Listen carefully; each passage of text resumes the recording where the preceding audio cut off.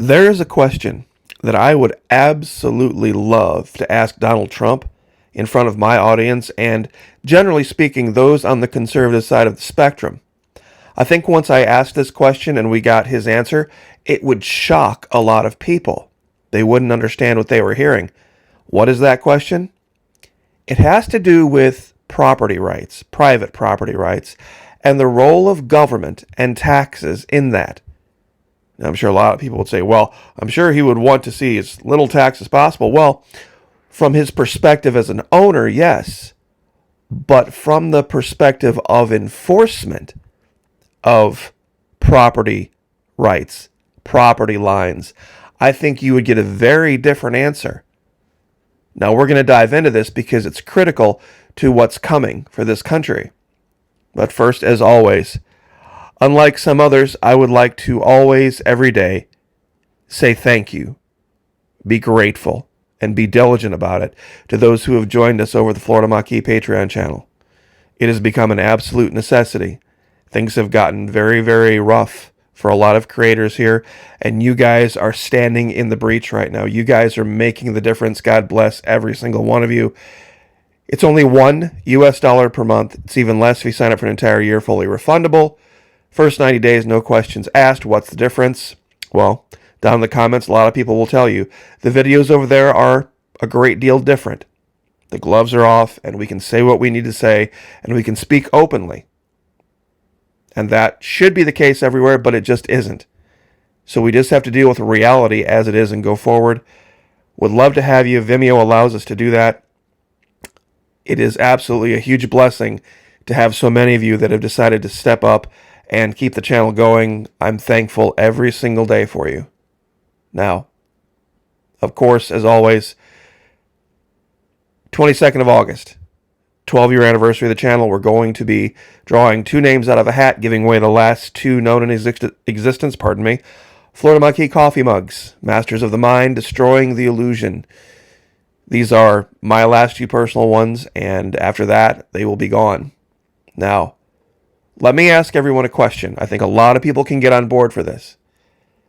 A lot of people, including myself, not fans of the IRS. There was a gentleman named Murray Rothbard that said, it would be an instructive exercise for the skeptical reader to try to frame a definition of taxation which does not also include theft. Like the robber, the state demands money at the equivalent of gunpoint. If the taxpayer refuses to pay, his assets are seized by force, and if he should resist such depredation, he will be arrested or shot if he should continue to resist.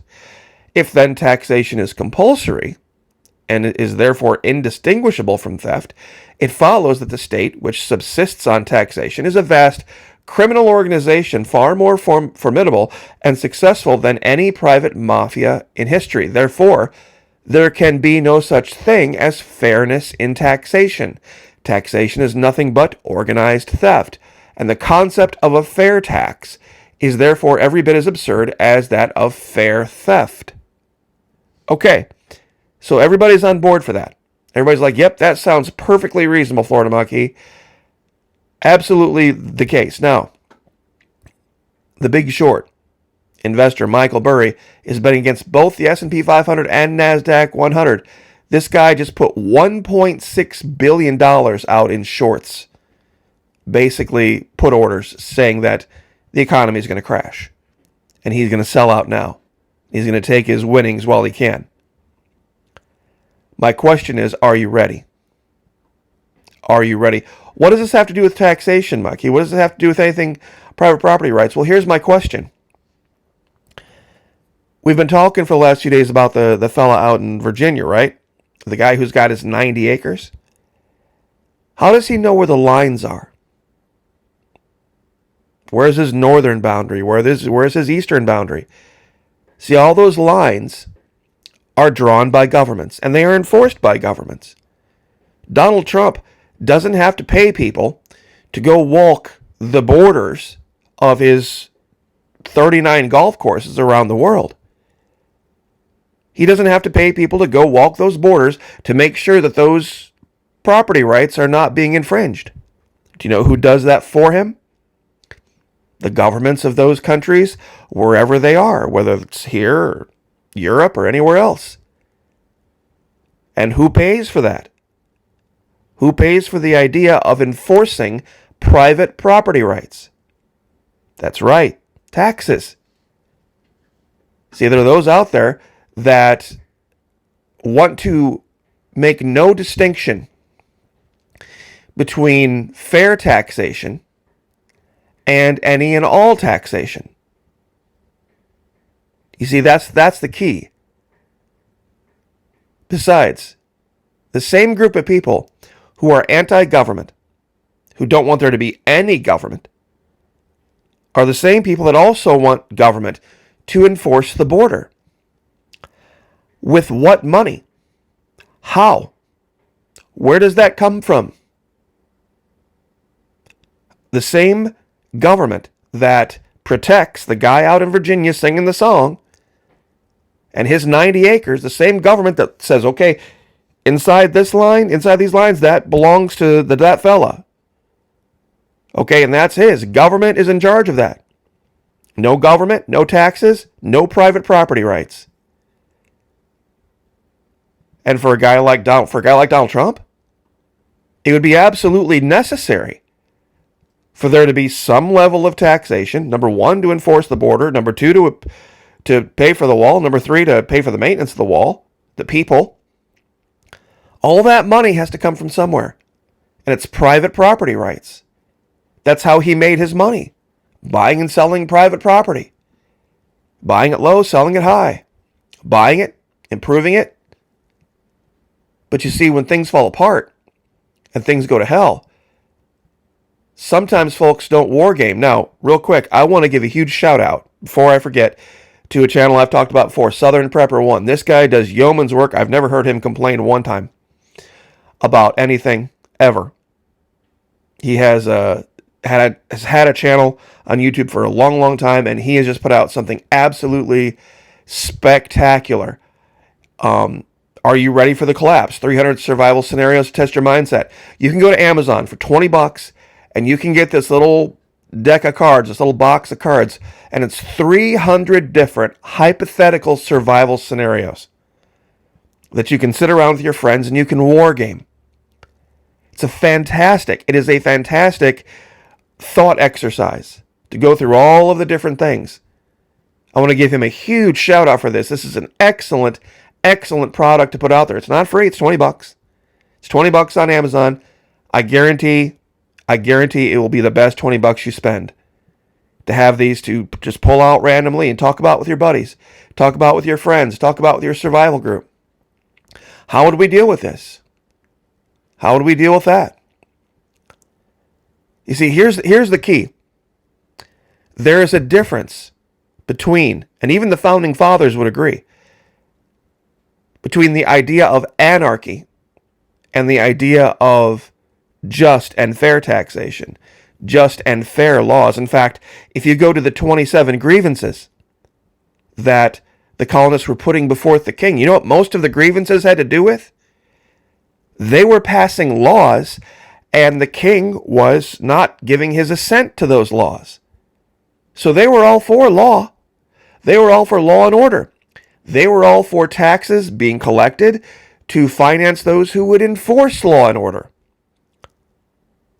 That was the values of the founding fathers. They weren't for anarchy, but make no mistake, there are people in this country right now that are on what they call the right wing, the extreme right wing, who want no banks, who want no laws, who want no borders, who want no nothing, and they're not leftists. They're extreme right.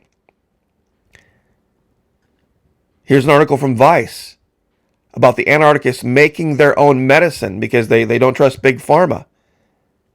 How many of you would put something in your body that just some random dude said would be good for you? Seriously, some guy on the street, somebody you don't know, somebody you've never met, has a little vial full of something and says, yeah, man, this stuff will absolutely change your life. It is so much better than anything Big Pharma's put out. Would you ingest it? Would you trust Professor Thaddeus J. Schmidlap and his miracle elixirs? You see, there was a time in this country when this was the case. Well, Florida Maquis, I'm smart. I turn around the label and I read what's in it. Okay, think about what you just said. Why do you think there are labels that have what's in it? Do you think people do that, businesses do that out of the kindness of their heart? No. It's law. Law enforced by government. Law enforced by government with tax money. Think about that for just 1 second. And look, if you want to go someplace and live that has a weak government, by all means, head for areas of South America where they do. People say, oh, those places, they're socialist. They don't have any gun rights. There's guns all over in Ecuador, guns all over in Peru, and Venezuela, and Colombia, and Brazil. Every other person has a gun. And this is what you get. This is absolutely what you get. You see, there's a difference. People playing victims when they made wrong choices, and then they have to live out the consequences.